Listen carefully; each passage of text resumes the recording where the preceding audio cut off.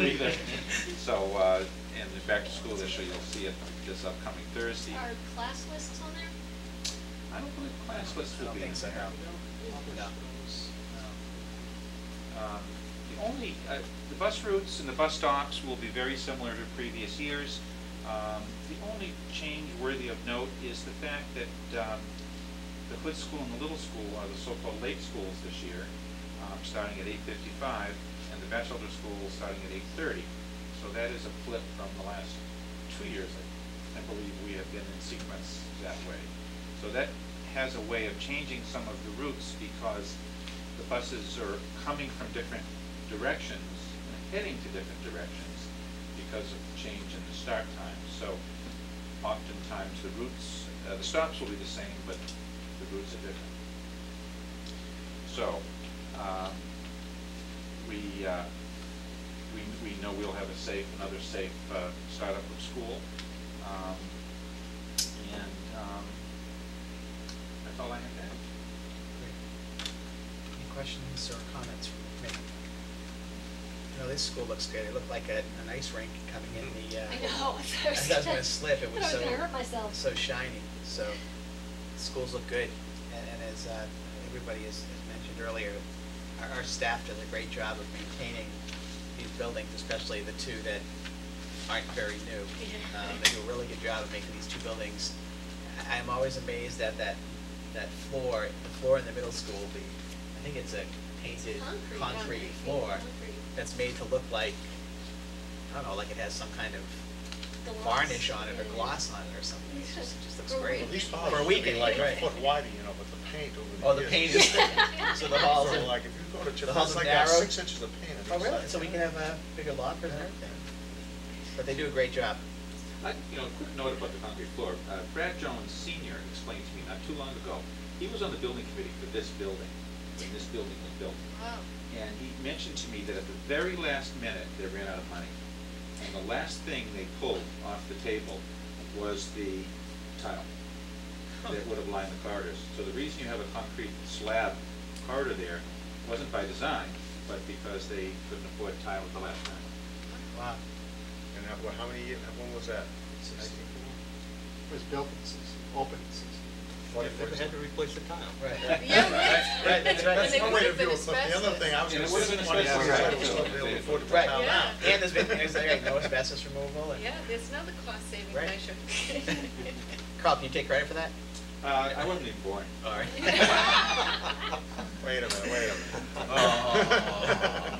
All right, next, bills and payrolls. I don't know if they're all signed. Maureen, they're here. Are they all signed, or we need one more? Mr. Bowers? And then, next we have So only minutes. 3 of them. I read them. I read them also. We have the minutes from the June 23rd. This was prior to Cindy's debut with the school committee. The June 23rd meeting, I didn't find anything. Did you find anything? No.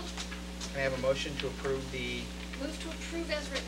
Mr. Vineski was not present that evening. I'll abstain because I wasn't here and I haven't read it. So we have a motion to approve from Mrs. Davis. Can I have a second? Second by Mrs. Vaca. All those in favor? Aye. Opposed? None. One abstention. And then we also have an executive session on, 2 executive sessions on June 23rd. We had one prior to the regular meeting and one after the regular meeting. I read through both of those and saw no issues. You have The one? 6:35 p.m. executive session Mhm. has Gerald Venezia note present. which Oh, he note not present. It should be not present, right. I think I sent it. Other than that. Did you that's send a it.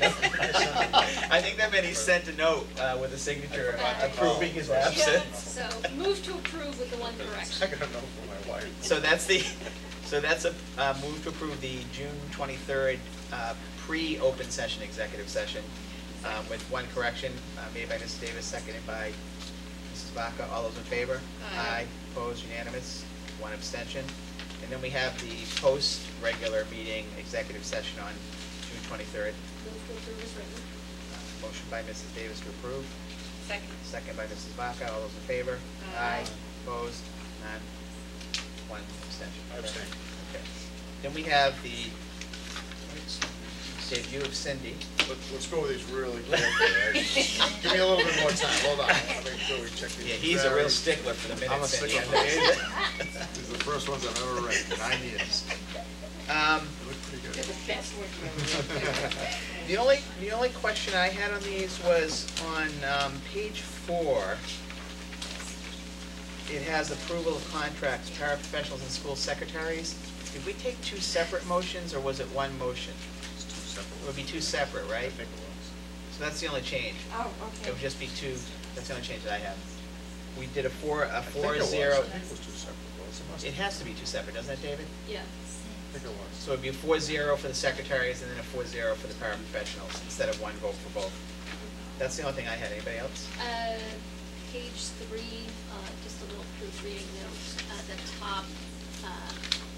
The first vote on page 3, it's a motion by Mr. Bowers. Oh, Bowers, yeah. So I just need the S on the end of his name. And that's it. Move to approve with those 2 corrections. Can I have a second? I'll second. Motion by Mrs. Davis, second by Mr. Venezia to approve the regular minutes from July 21st, 2008 with the 2 amendments as noted. All in favor? Aye. Opposed? And 1 abstention, Mrs. Baca. And then we have an executive session. Oh, no, that's Oh, it, we right? didn't. We did, that's it. Nice. Very That good, was pretty Cindy, for good. your first, only 2 corrections. That was really Lucky good. Mr. Derby wasn't here. Yeah, I was just.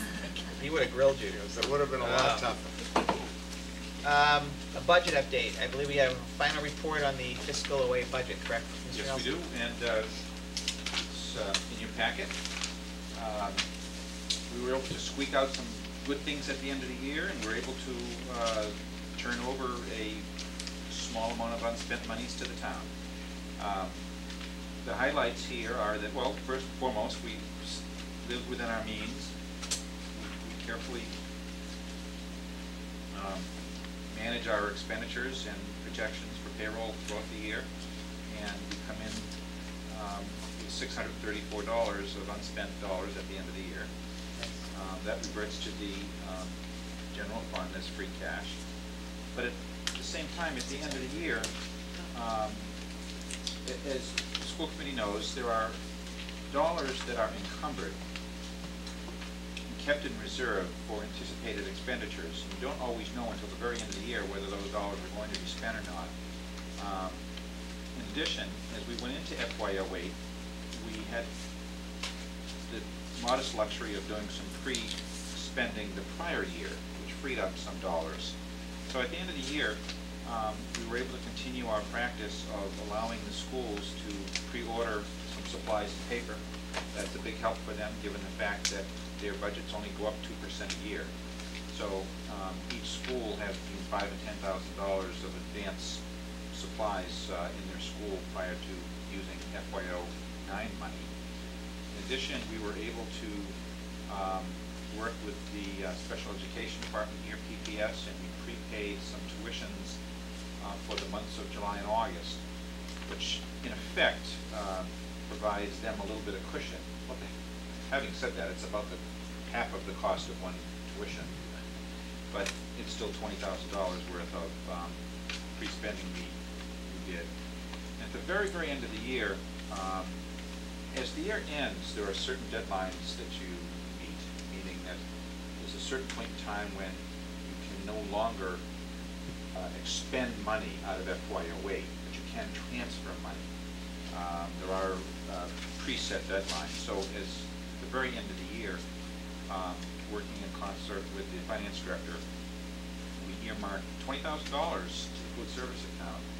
Those were dollars that were freed up out of our legal accounts. We weren't aware of how many dollars we were going to be needing to pay off May and June. So we put it to good use.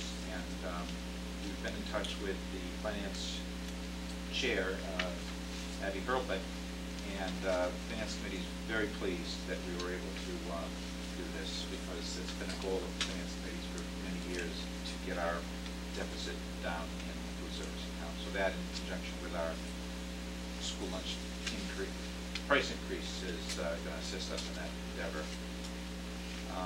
Carl, what's that deficit stand at now for the lunch program after paying the $20,000? It will be $30,000 and $40,000. Which I mean, wasn't it one time well over 60? We're Oh, well, Around 100, wasn't it? It was 125, 150, Wow. 8 or 9 years ago. So we've done a good job of paying that down over the years. We have, and it's been, you have to subsidize it. You can't rely on the lunch cost Right. to do it. So that's how we've been able to do it over the years. Right. So we end the year in good shape, and we start the year with no outstanding debts. That's where you want to be.